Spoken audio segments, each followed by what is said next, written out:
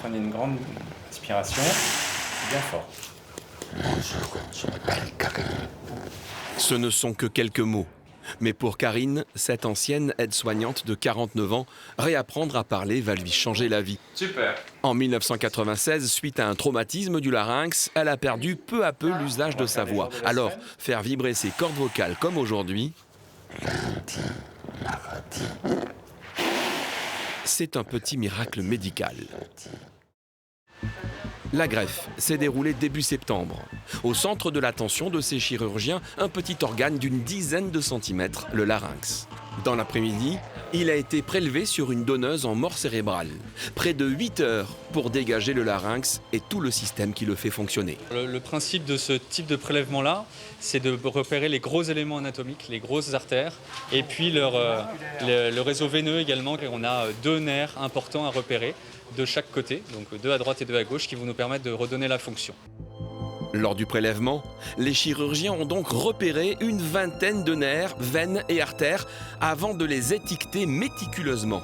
Un préalable indispensable pour ensuite pouvoir les replacer chez la patiente receveuse. La course contre la montre se poursuit.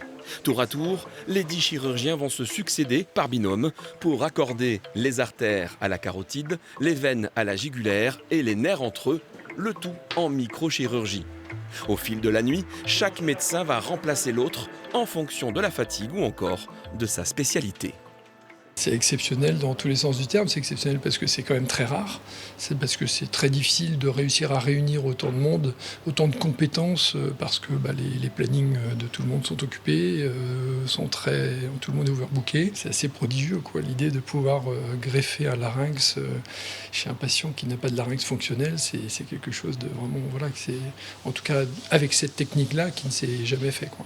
Au-delà de la prouesse médicale, c'est l'aboutissement d'un travail collectif. C'est une journée de 27 heures au bloc opératoire, une intervention en tout qui a duré 22 heures. Clairement, c'est marathon. Heureusement, on était nombreux, on a fait des relais.